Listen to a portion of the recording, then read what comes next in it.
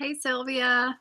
I decided to make you a little video because I was typing all of my instructions and I thought, oh my gosh, I just have to show her. So I'm actually at home right now, sitting in my bed, but I thought that I would just make a little video for you and that maybe so it would go a little bit smoother. Because I don't know if you'd ever done TPR before, but I put all my explanations, but then I thought, well, I'll just give her a visual example so you can kind of see how it works.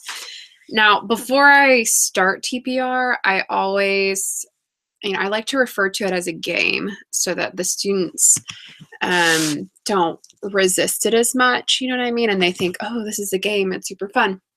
And I say, no, in this game, part of this game is that during the TPR game, you cannot speak any English at all. So no English.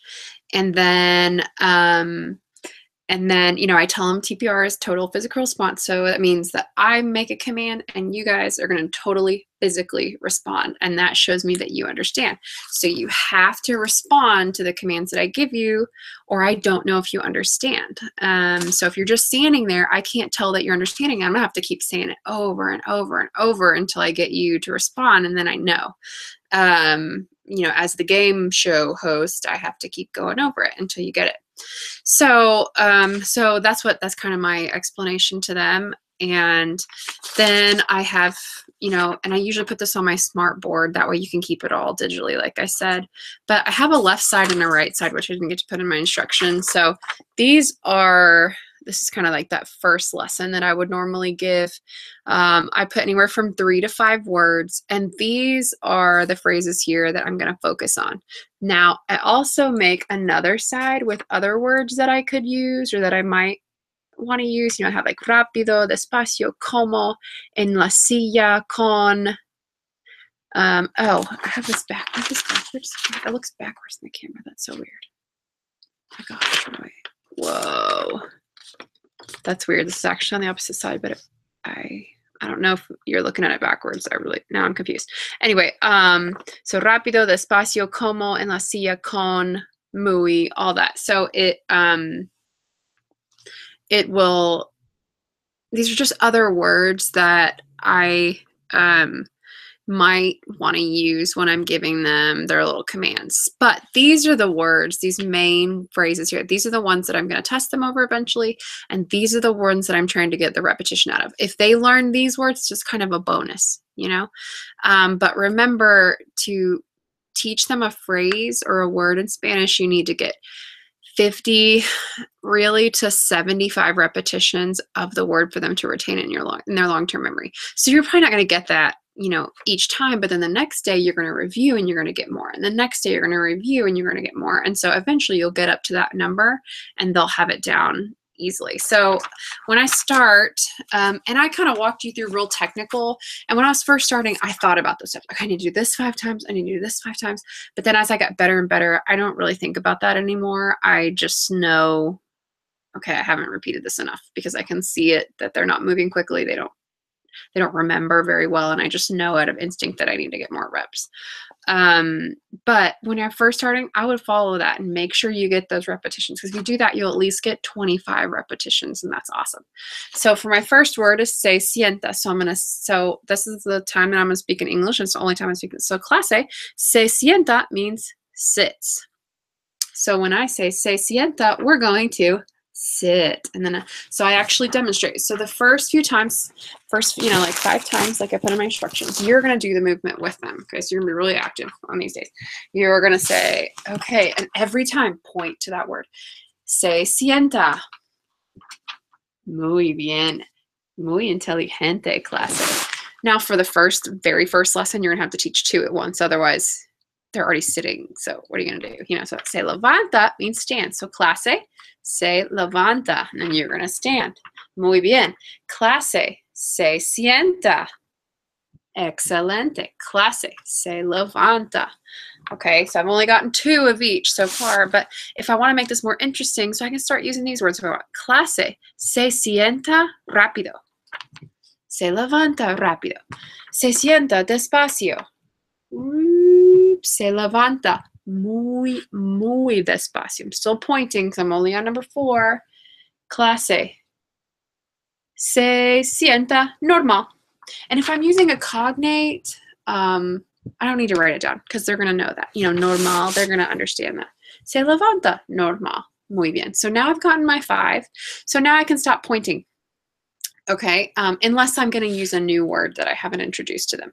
So I'll say clase, se levanta, and it takes you a while to learn to make these things interesting, but se levanta como, now I'm going to have to point, como Presidente Trump. I don't really know how that would look, but if you're being dorky or whatever, they'll go with you. Muy bien, clase. Se levanta como. I'm going to point to this one, but I'm not going to point to that one because they've already heard it at least 5 times. Se levanta como Presidente Trump. Excelente. Clase. Se sienta como un elefante. When you're sitting down, you're standing up. Se levanta como una princesa. Se sienta como Hercules. And I can think of these off the top of my head because I've done it over and over and over. But, when I was first starting, I would make little note cards of things that I could say to make it interesting. I use famous people, ridiculous things. A lot of things that work really well is like, romanticamente, romantically. And then I'm like, and I'll do that.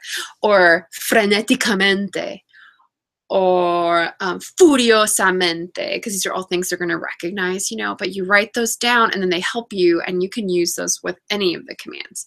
So I'll go through on my next 5. I'm going to make sure, now I'm going to stop doing the action. I'm just going to kind of walk around. I'm going to say it. I'm not pointing anymore. Now I'm going to take away that way, because sometimes there's kids that just watch you and just do what you do. And so now you're like, hey, now I'm going to say it, but I'm not going to do it. So you make sure you know what you're, doing. And then you do 5 more. And, you could say, se sienta en la silla. If it's new, point to it.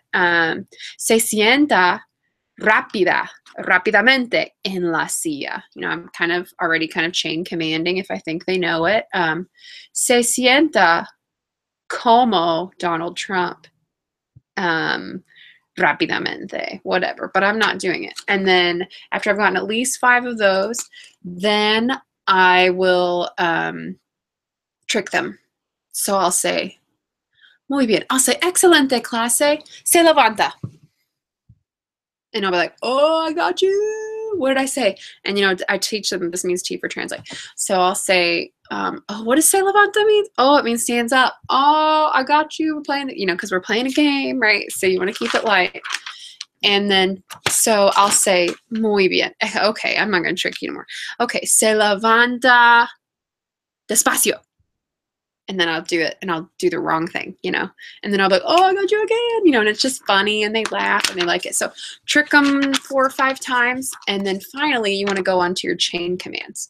Chain commands mean you're adding these together. So if you're saying like clase, se sienta, and don't let them go until you say your last one. Se sienta, I put my finger up. So I'm like, se sienta y se levanta. And I'll put my hand down and I'll watch them. So they'll sit down and they'll stand up, muy bien. Clase. Se sienta despacio y se levanta rápido. And okay, se sienta como Donald Trump y se levanta como Justin Bieber or something. I don't know. I kind of like look up people that they're interested in or whatever, or actors or singers or something that'll make them react, and that really helps. So I think of my chain commands. So, I'm still on the first 2, but, at that point you've gotten at least 25 repetitions, and then you can go on and follow those names up with corre rápido, corre en un círculo, corre, and then you can use all those ones like como, whoever, it could be like a character from a show or anything like that. But I keep going through all those, and then I keep chain commanding. Then I'm like, se sienta y corre. Se levanta y corre. Corre. And then a lot of times I teach them al mismo tiempo at the same time. So I'm like, Se levanta y corre. That way they're running while they're standing up, you know. And it's just a game. And the better you get, the longer it takes.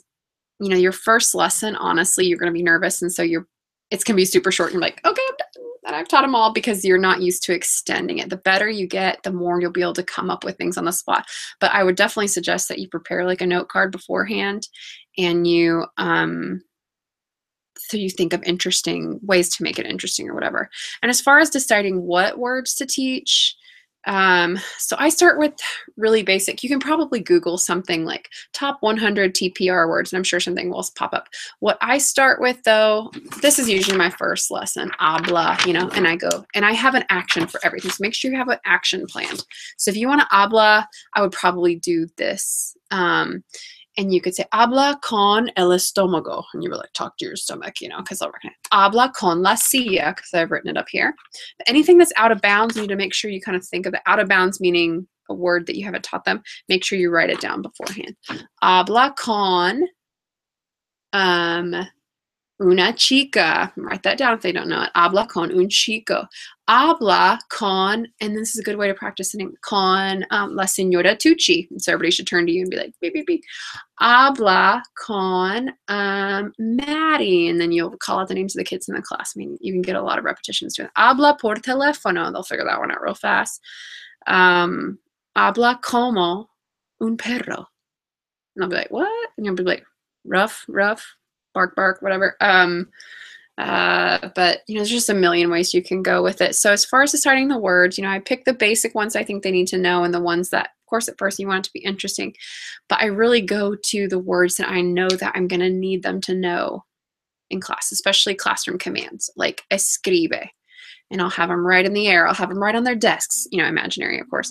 I'll have them right with their nose. Escribe tu nombre con la nariz. It's ridiculous. They love it. They laugh. Escribe tu nombre con tu pie, with your foot. Escribe tu nombre con el otro pie. Escribe tu nombre con la nariz muy rápido. You know, I'll have them right with their butt. Like write their name with their rear ends. I mean, if an administrator walks in, they're having no idea what you're doing, but the kids laugh. They think it's really funny. They think you're ridiculous, and that works really well.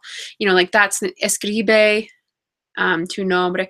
I'll do escribe. I'll do saca, take out, you know, saca, and it can be like un perro grande, you know, saca un bebé. And then I'll teach them tira. I'm like, throw the baby. But, you know, I teach them, I think about what are the commands that I give them already? Take things out, write, read, close, open, paga y prende, prende y apaga, turn off and turn on like the light, things like that. And that way, after you teach them that, you never have to say that again in English. And so that's our goal, you know, is to kind of build on that vocabulary so that you don't have to speak in English, you know, as much as possible. So that's how I think about it. And then as far as how I test them on it is after they've learned really solidly 20 to 25 words that I think they've really got this down. I know that they do. Then I'll give them a quiz. And, you know, you can do a paper quiz.